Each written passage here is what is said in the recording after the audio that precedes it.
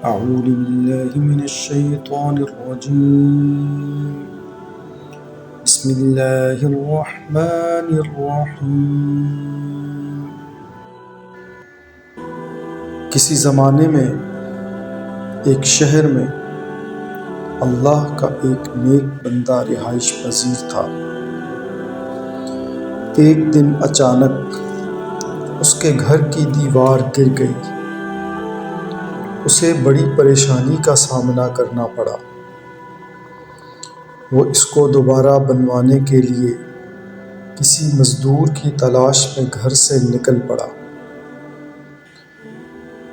جب وہ ایک چوراہے پر پہنچا تو وہاں پر اسے بہت سے مزدور بیٹھے ہوئے نظر آئے۔ ان مزدوروں میں سے ایک نوجوان مزدور جو ان سب سے الگ تھلگ بیٹھا تھا، اس کے ہاتھ میں ایک تھیلا اور دوسرے ہاتھ میں تیشا تھا۔ وہ بوڑھا شخص اس مزدور کے پاس گیا اور اس سے کہا، کیا تم مزدوری کرو گے؟ اس نے جواب دیا، ہاں۔ پھر اس بوڑھے شخص نے پوچھا، گارے مٹی کا کام کرنا ہوگا؟ تو اس شخص نے جواب دیا، ٹھیک ہے، لیکن میری 3 شرطیں ہیں۔ اگر آپ کو منظور ہیں تو میں کام کرنے کے لیے تیار ہوں۔ پہلی شرط یہ ہے کہ آپ میری مزدوری پوری ادا کریں گے۔ دوسری شرط کہ میری طاقت اور صحت کے مطابق مجھ سے کام لیں گے۔ اور تیسری شرط کہ نماز کے وقت مجھے نماز ادا کرنے دیں گے۔ اس بوڑھے شخص نے اس مزدور کی تینوں شرائط قبول کر لی اور اسے ساتھ لے کر گھر آ گیا۔ اس نے مزدور کو کام سمجھایا اور کسی کام کی غرض سے باہر چلا گیا۔ جب شام میں وہ گھر واپس آیا تو کیا دیکھتا ہے کہ اس مزدور نے تو عام مزدوروں سے 2 گنا زیادہ کام کیا تھا۔ تو وہ بوڑھے شخص خوش ہو کر اس مزدور کو اس کی اجرت ادا کی۔ مزدور نے اپنی مزدوری لی اور اپنے رستے کی طرف چلا گیا۔ اگلے روز پھر وہ بوڑھا شخص اس نوجوان کی تلاش میں گھر سے نکلا۔ جب وہ چوراہے پر پہنچا تو وہاں پر اسے وہ نوجوان نظر نہ آیا۔ بوڑھے نے وہاں موجود مزدوروں سے اس کا پتہ پوچھا اور اس پتے پر وہ اس لڑکے کو تلاش کرنے کے لیے پہنچ گیا۔ لیکن یہ کیا، جب وہ اس جگہ پہنچا تو دیکھا کہ وہ نوجوان زمین پر لیٹا ہوا تھا، اسے سخت بخار تھا۔ تو بوڑھے شخص نے اس سے کہا کہ اے اجنبی، تم یہاں پر تنہا ہو اور بیمار بھی ہو، اگر تم پسند کرو تو میرے ساتھ میرے گھر چلے جاؤ۔ لیکن وہ نوجوان گھر جانے پر راضی نہ ہوا۔ جب بوڑھے نے بہت زیادہ اصرار کیا تو وہ مان گیا، لیکن ساتھ ہی ایک شرط بھی عائد کر دی کہ اسے کھانے کو کچھ نہ دیا جائے۔ بوڑھے نے کہا، ٹھیک ہے، تمہاری یہ شرط بھی مجھے منظور ہے۔ پھر وہ بوڑھا شخص اس نوجوان کو اپنے گھر لے آیا۔ وہ نوجوان 3 دن تک اس بوڑھے کے ہاں قیام پذیر رہا، لیکن ان 3 دنوں میں اس نے کوئی چیز نہیں کھائی۔ جب چوتھا دن ہوا تو اس کا بخار بہت تیز ہو گیا اور اس نوجوان نے اس بوڑھے شخص کو اپنے پاس بلایا اور کہا کہ میرا آخری وقت آ گیا ہے، لہٰذا جب میری زندگی کی شمع بجھ جائے تو میری وصیت کے مطابق عمل کرنا۔ میری وصیت یہ ہے کہ میرے جسم سے جب میری روح پرواز کر جائے تو میرے گلے میں رسی ڈالنا اور پھر گھسیٹتے ہوئے باہر لے جانا۔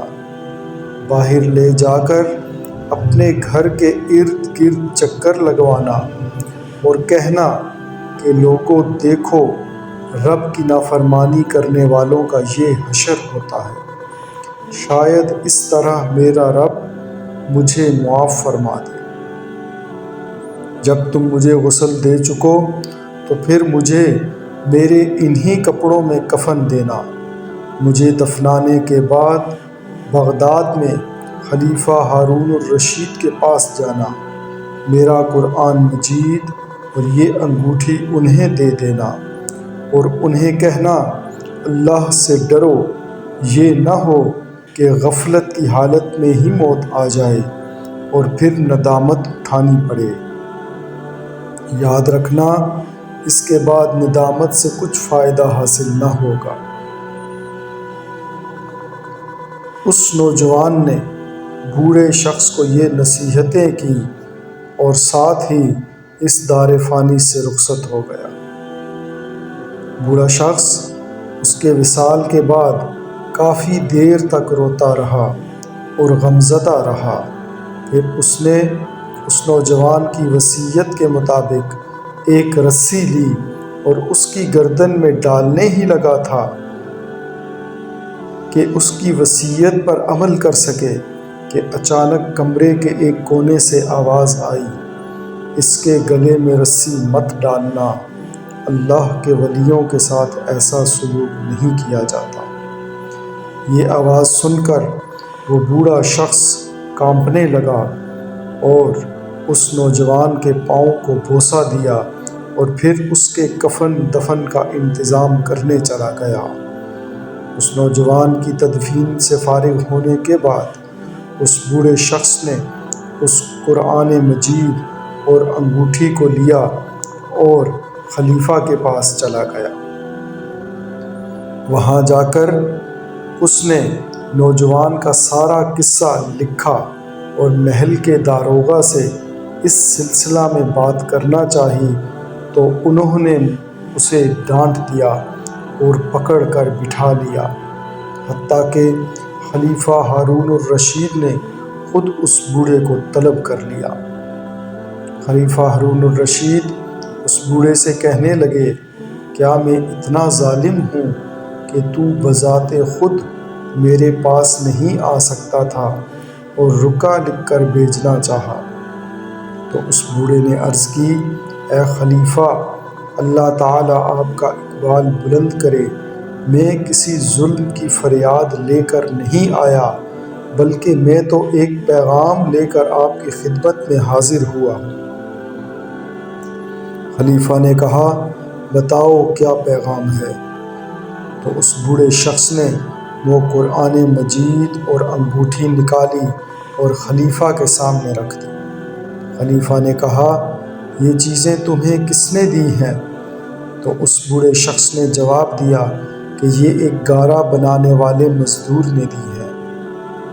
خلیفہ نے 3 بار ان الفاظ کو دہرایا، گارا بنانے والا، اور پھر رو پڑا۔ کافی دیر رونے کے بعد خلیفہ نے اس بوڑھے شخص سے پوچھا، بتاؤ وہ گارا بنانے والا اب کہاں ہے؟ تو اس بوڑھے شخص نے کہا، اللہ تعالیٰ آپ کا اقبال بلند کرے، وہ تو اب فوت ہو چکا ہے۔ جب خلیفہ نے یہ سنا تو بے ہوش ہو کر گر پڑے اور کافی دیر تک بے ہوشی کی حالت میں رہے۔ اس دوران وہ بانو پریشان رہا کہ خلیفہ کو آخر کیوں اتنا دکھ ہوا ہے۔ جب خلیفہ کو کچھ افاقہ ہوا تو اس نے کہا کہ اے شخص، کہ جب وہ نوجوان وفات پایا، جب وہ نوجوان فوت ہوا تو اس وقت تم کہاں تھے؟ تو اس بوڑھے شخص نے کہا، میں وہیں تھا، بلکہ وہ میرے گھر میں ہی تھا۔ خلیفہ نے پوچھا، اس نے تمہیں کوئی وصیت کی تھی؟ تو اس بوڑھے شخص نے کہا جی ہاں، اور پھر اس کی وصیت خلیفہ کو بتا دی اور وہ باتیں بھی بتائیں جو اس نے خلیفہ کو کہنے کے لیے وصیت کی تھی۔ جب خلیفہ نے یہ باتیں سنی تو بہت زیادہ غمگین ہو گیا، اپنا عمامہ سر سے اتار پھینکا، اپنا دامن چاک کر ڈالا اور کہنے لگا اے مجھے نصیحت کرنے والے، اے میرے زاہد و پارسا بیٹے، اے میرے شفیع، آخر تم نے یہ کیا کیا؟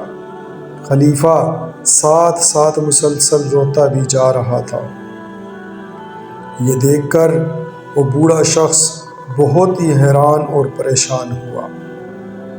جب رات ہو گئی تو خلیفہ نے اس بوڑھے شخص سے کہا کہ اس کی قبر پر جانا ہے، میں اس کی قبر پر جانا چاہتا ہوں۔ تو وہ بوڑھا شخص خلیفہ کے ساتھ چل پڑا۔ خلیفہ اس شخص کے پیچھے پیچھے چادر میں منہ لپیٹ کر چل پڑا، اور جب وہ قبرستان میں پہنچے تو ایک قبر کی طرف اشارہ کر کے اس بوڑھے نے کہا کہ عالی جاہ، یہ اس کی قبر ہے۔ خلیفہ اس کی قبر کے ساتھ لپٹ کر رونے لگا۔ پھر جب کچھ افاقہ ہوا تو اس قبر کے سرہانے کھڑے ہو کر خلیفہ نے کہا یہ میرا بیٹا تھا، میری آنکھوں کی ٹھنڈک اور میرے جگر کا ٹکڑا تھا۔